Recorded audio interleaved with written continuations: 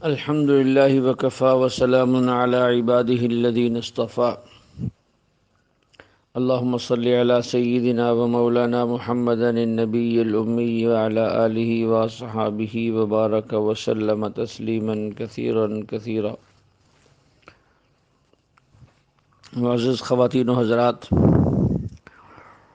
آج کا درس سورۃ ابراہیم جو 52 آیت پر مشتمل ہے، اس میں حضرت ابراہیم علیہ السلام کا واقعہ ہے۔ اسی نسبت سے اس سورت کا نام سورۃ ابراہیم رکھا گیا ہے۔ اس کی سب سے پہلی آیت الف لام را کتاب انزلناہ الیک لتخرج الناس من الظلمات الی النور باذن ربہم الی صراط العزیز الحمید۔ سورت کی ابتدا میں اس کو نازل کرنے کی ایک حکمت یہ بیان کی گئی ہے کہ آپ علیہ السلام لوگوں کو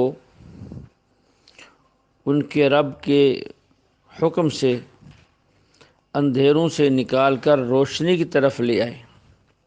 لتخرج الناس من الظلمات الی النور باذن ربہم، یعنی اس ذات کی طرف لے آئیں جس کا اقتدار سب پر غالب ہے، جس کے قبضہ قدرت میں سب کچھ ہے۔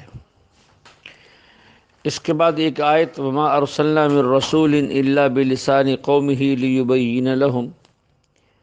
اعتراض یہ تھا کہ یہ قرآن عربی میں کیوں اتارا گیا اور زبان میں کیوں نہیں آیا۔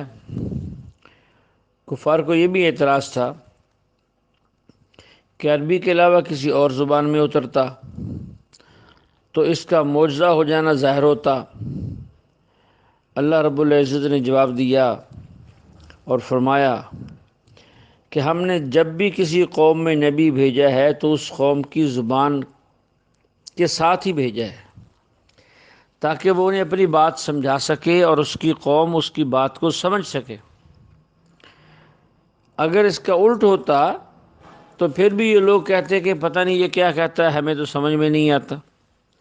اس لیے حضور علیہ السلام کی قوم قریش تو آپ کو قریش کی زبان ہی کے اندر قرآن جو ہے وہ قریش کی زبان ہی کے اندر اتارا گیا ہے۔ اس لیے اللہ تعالیٰ نے قرآن کریم کو عربی زبان میں نازل فرمایا تاکہ لوگوں کے لیے اس کا سمجھنا آسان ہو جائے اور دوسرا اعتراض خام خواہ پھر ان کے دل میں پیدا نہ ہو۔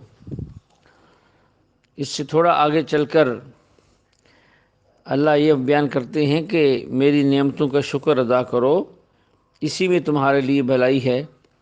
وَإِذْ تَأَذَّنَ رَبُّكُمْ لَئِن شَكَرْتُمْ لَأَزِيدَنَّكُمْ وَلَئِن كَفَرْتُمْ إِنَّ عَذَابِي لَشَدِيدٌ، کہ اللہ کی طرف سے دی ہوئی نعمتوں پر شکر ادا کرنے سے نعمتوں میں اضافہ ہوتا ہے۔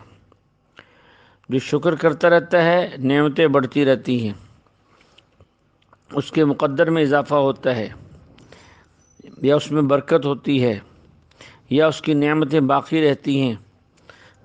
اگر انسان شکر کی بجائے ناشکری کرنے لگے تو یا تو وہ نعمتیں دنیا میں چھن جاتی ہیں، یا اس میں بے برکتی آ جاتی ہے، یا پھر اس ناشکری کی وجہ سے آخرت میں عذاب ہوتا ہے۔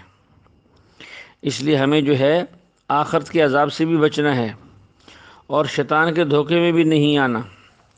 یہ شیطان ایسے دھوکہ باز ہے، یہاں ہمیں ہیلے بہانوں سے بہت سے کاموں پہ لگا دیتا ہے، لیکن محشر کے میدان میں یہ بیزار ہو جائے گا۔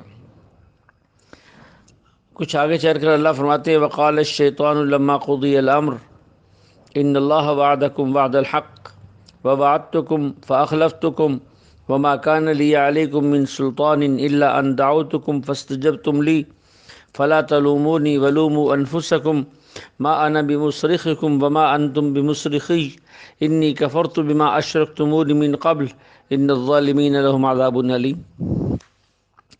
جب محشر کے میدان میں فیصلہ ہوگا، لوگ کہیں گے شیطان نے ہمیں ورغلایا، شیطان کہے گا مجھے کیوں ملامت کرتے ہو؟ اپنے اوپر ملامت کرو۔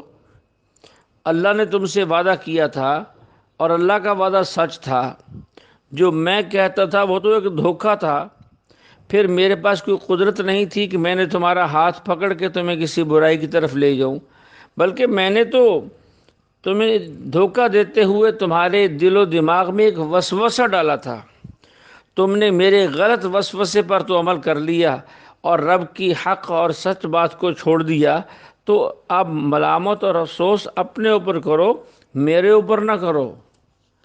اور شیطان وہاں یہ ساری باتوں کا انکار کر دے گا کہ جو کچھ تم نے کیا ہے یہ تمہاری اپنی غلطی ہے، اس میں میری کوئی غلطی نہیں ہے۔ اس لیے ہمیں شیطان کے ہر مکر و فریب سے ہر وقت ہوشیار رہنا چاہیے۔ ایسا نہ ہو کہ ہم کوئی عمل کرتے ہوئے شیطان کے مکر و فریب میں آ جائیں۔ کبھی انسان نیک عمل کرتا ہوا بھی شیطان کے مکر و فریب میں آ جاتا ہے، صدقہ کرتا ہے ساتھ میں تصویر کھنچواتا ہے کہ لوگوں کو پتہ چل جائے کہ چودھری صاحب نے آج جو ہے وہ آٹے کی بوری غریبوں میں تقسیم کی ہے، تو یہ ریاکاری ہے۔ طواف کر رہا ہے، تصویر بنا رہا ہے، روضہ رسول پہ جس محبت سے سلام میں عاجزانہ پیش کرنا چاہیے وہاں یہ اپنی تصویر بنا رہا ہے۔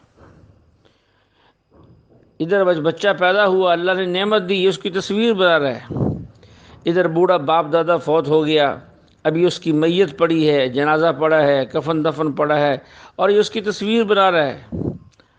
تو یہ سارے شیطانی اثرات ہیں کہ ہم نے ہر جگہ شیطان سے دوستی کر لی ہے اور رحمان سے جو ہے ہم دور ہو گئے ہیں۔ اس لیے ہر عمل کے اندر، خصوصاً ہر خیر کے عمل کے اندر، ہم نے شیطان کو حصے دار نہیں بننے دینا، بلکہ ہر عمل میں خالصتاً اللہ کی رضا کے لیے اہل علم سے پوچھ کر عمل کرنا ہے کہ جائز کیا ہے، ناجائز کیا ہے، حلال کیا ہے، حرام کیا ہے، بہتر کیا ہے، غیر بہتر کیا ہے، افضل کیا ہے، غیر افضل کیا ہے۔ اللہ ہمیں کلام کو سمجھنے کی توفیق عطا فرمائے۔ وآخر دعوانا ان الحمد للہ رب العالمین۔